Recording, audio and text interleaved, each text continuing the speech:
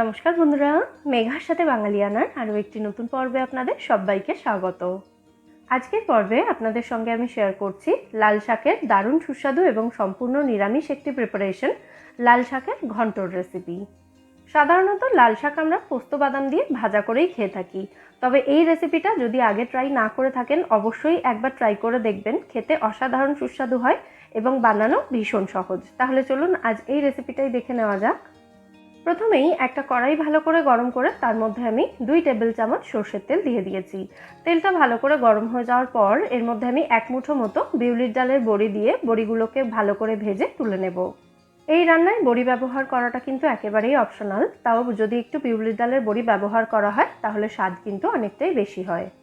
বড়িগুলোকে ভালো করে ভেজে আমি তুলে নিয়েছি। তারপর এই তেলের মধ্যেই ফোড়নের জন্য দিয়ে দিলাম একটা শুকনো লঙ্কা এবং 1 চা চামচ 5 ফোড়ন। ফোড়নটাকে বেশ কিছুক্ষণ ভালো করে ভেজে নেওয়ার পর যখন 5 ফোড়নের মিষ্টি গন্ধ বেরোতে শুরু হবে তখন এর মধ্যে দিয়ে দিতে হবে কিছু সবজি। আমি এখানে নিয়েছি কুমড়ো, বেগুন এবং আলু। আমি এখানে 1 আঁটি লাল শাক নিয়েছি, তাই সবজিও অল্প অল্প পরিমাণেই নিয়েছি। সমস্ত সবজি আমি সরু সরু করে কেটে নিয়েছি, তাতে রান্নার সময় অনেকটাই কম লাগবে। সবজিগুলোকে মিডিয়াম ফ্লেমে রেখে হালকা করে ভেজে নিচ্ছি। প্রথমে কড়াইটাকে ঢাকা দিয়ে দিয়ে সবজিগুলোকে আমি ভেজে নিয়েছি, যাতে ভাজা হতে হতে সবজিগুলো একটু মজেও যায়। সবজিগুলোকে হালকা করে ভেজে নেওয়ার পর এর মধ্যে আমি দিয়ে দিচ্ছি স্বাদ অনুযায়ী নুন এবং 1/4 চা চামচ মতো হলুদ গুঁড়ো। যারা শাকে হলুদ দেওয়া পছন্দ করেন না তারা চাইলে হলুদ গুঁড়োটা স্কিপও করতে পারেন। সমস্ত উপকরণ ভালো করে মিশিয়ে দেওয়ার পর এর মধ্যে আমি শাকটা দিয়ে দিচ্ছি। শাকটাকে আমি ডাঁটা সমেতই কেটে নিয়েছি, মানে ডাঁটাটা কিন্তু বাদ দিইনি। আর আগেই বলেছি আমি এখানে 1 আঁটি লাল শাক নিয়েছি। লাল শাকে কিন্তু প্রচুর বালি থাকে, তাই শাকটাকে ঝুড়ির ওপরে রেখে বারবার জল পাল্টে পাল্টে পরিষ্কার করে ধুয়ে নেবেন। সমস্ত উপকরণ ভালো করে মিশিয়ে দেওয়ার পর কড়াইটাকে ঢাকা দিয়ে গ্যাসের ফ্লেমটা একদম লোতে রেখে এটাকে 2 থেকে 3 মিনিট মতো রান্না হতে দেব। কিছুক্ষণ ঢাকা দিয়ে রান্না করার পরই দেখুন শাকটা কিন্তু পুরোপুরি এখন নরম হয়ে গেছে। তো সমস্ত উপকরণ আমি ভালো করে একবার মিশিয়ে দিচ্ছি। এরপর এর মধ্যে দিয়ে দিচ্ছি স্বাদ অনুযায়ী কাঁচা লঙ্কা কুচি, 1 চা চামচ মতো দিচ্ছি ভাজা মশলা গুঁড়ো। ভাজা মশলা তৈরি করার জন্য গোটা জিরে, গোটা ধনে, শুকনো লঙ্কা এবং তেজপাতা শুকনো কড়াইতে ভেজে সেটাকে গুঁড়ো করে আমি এখানে ব্যবহার করেছি। আর এর সাথেই দিয়ে দিচ্ছি সামান্য একটু মিষ্টি। সমস্ত উপকরণ একসাথে খুব ভালো করে মিশিয়ে দিচ্ছি।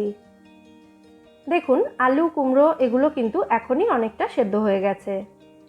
সমস্ত উপকরণ ভালো করে মেশানোর পর কড়াইটাকে ঢাকা দিয়ে লো ফ্লেমে রেখে এটাকে মিনিট 5 রান্না করে নেব। মিনিট 5 রান্না করার পর এখন দেখুন শাক থেকে সামান্য একটু জল ছেড়েছে। তো এবার আমি গ্যাসের ফ্লেমটা একটু বাড়িয়ে দিয়ে জলটা শুকিয়ে নেব। এই সময় সবজিগুলোকে এমনভাবে নাড়াচাড়া করতে হবে যাতে সবজিগুলো একটু ভেঙে ভেঙে যায়, তাতে এই লাল শাকের ঘন্টর টেক্সচারটা একটু মাখা মাখা হয়ে যাবে।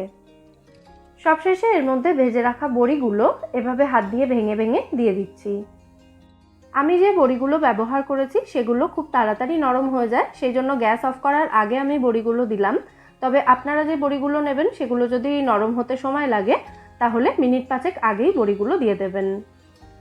ফাইনালি আবার সমস্ত উপকরণ একসাথে ভালো করে মিশিয়ে গ্যাসের ফ্লেমটা আমি অফ করে দিচ্ছি। তারপর কড়াইটাকে ঢাকা দিয়ে 5 মিনিট মতো এটাকে স্ট্যান্ডিং টাইমে রেখে তারপর সার্ভ করতে হবে দারুণ সুস্বাদু এই লাল শাকের ঘন্ট।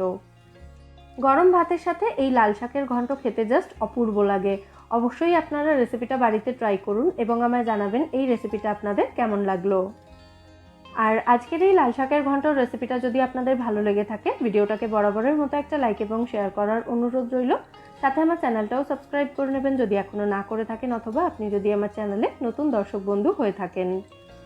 পাশে থাকা বেল আইকনটাও অবশ্যই ক্লিক করে দেবেন এবং অল নোটিফিকেশন অপশনটা অন করে রাখবেন, তাতে আমি চ্যানেলে যখনই কোনো নতুন রেসিপি ভিডিও আপলোড করব তার নোটিফিকেশন সবার আগে আপনার কাছে পৌঁছে যাবে এবং আপনি কোনো ভিডিও মিস করবেন না। ফিরে আসবো নতুন কোনো রেসিপি নিয়ে। সবাই সুস্থ থাকবেন, ভালো থাকবেন এবং সবাইকে খুব ভালো রাখবেন।